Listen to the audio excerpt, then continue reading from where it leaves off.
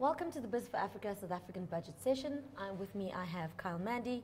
He's the head of the National Tax Technical at PwC. We'll be talking about the national budget and how that affects your business and you. So tell me, Kyle, the budget yesterday, what does it mean for tax practitioners, particularly income tax earners?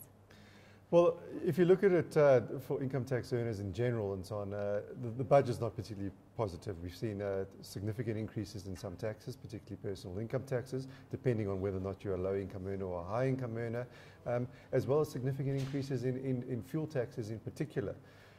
Also indications that we might be looking at increases in electricity levies and so on, which will essentially push up the price of electricity by 2 cents a kilowatt hour if those proposals come through.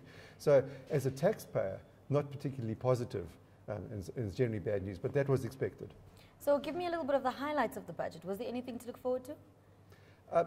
There are a few things, not a lot, but a few things. If you are a micro business, then there is tax relief for those micro businesses. Low income earners, essentially those we're talking about who are earning less than 150,000 Rand a year, will be getting real personal income tax relief. But then, to some extent, that's going to be set off by the increases in things like the fuel levies as well. So there are some positives and so on, but they're very muted. Corporate tax. Some people have complained that it hasn't gone up while income tax has. Your thoughts? Well, corporate tax was never going to go up. I mean, the bottom line is that our 28% corporate tax rate is already higher than global averages and certainly higher than those countries with which we compete for investment and trade. So it was not going to go up. It was always going to stay at the 28% level. So has the national budget eased anything on small to medium enterprises at this stage? It has. As I mentioned earlier, there is relief for micro businesses in terms of lowering the tax rate from a turnover tax perspective.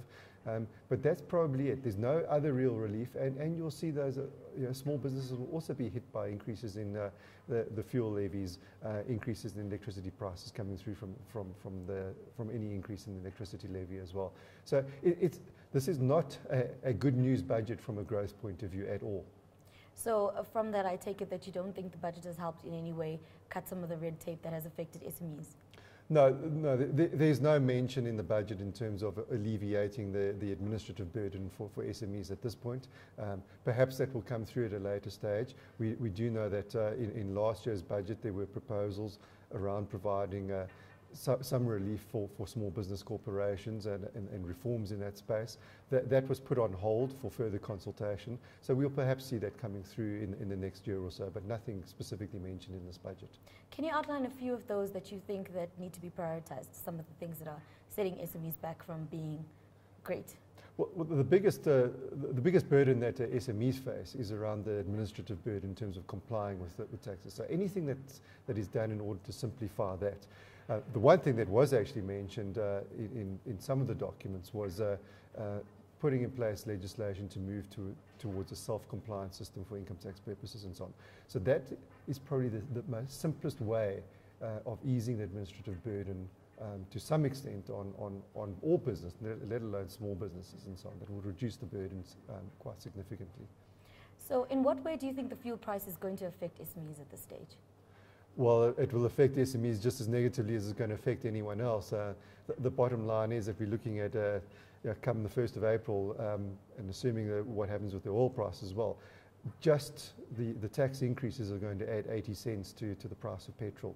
So it is no doubt is going to negatively impact. It's going to take money out of the pockets of businesses. It's going to increase their costs. So in effect, it's going to reverse much of the benefit that we've seen in recent months through the reduction in fuel prices, unfortunately. So it sounds like it was broadly a negative, it's a negative budget for small to medium enterprises. Is there anything that you think they can do that can set off some of these burdens? Well, the biggest issue is about reducing the administrative burden for small business. That is by far the biggest issue that they face. It's not the taxes as such. They don't pay any more tax than anyone else does. So it's really about alleviating that administrative burden, which takes up a significant amount of time and resources for anyone running a small business, where if you alleviate that burden, then they'll be able to invest that time rather than actually making the business work and growing that business, and ultimately, hopefully, creating some employment as well. And where can SMEs go for any other assistance regarding tax or any other things that they may need? Well, of course, they can go to tax practitioners for advice on that, assuming they can afford to pay those tax practitioners. But depending on who you go to, it's not going to cost you too much, and ultimately it might be better to spend a little bit of money and get that support and free yourself up. SARS does provide some support as well to small business and aiding them to complete and submit their tax returns.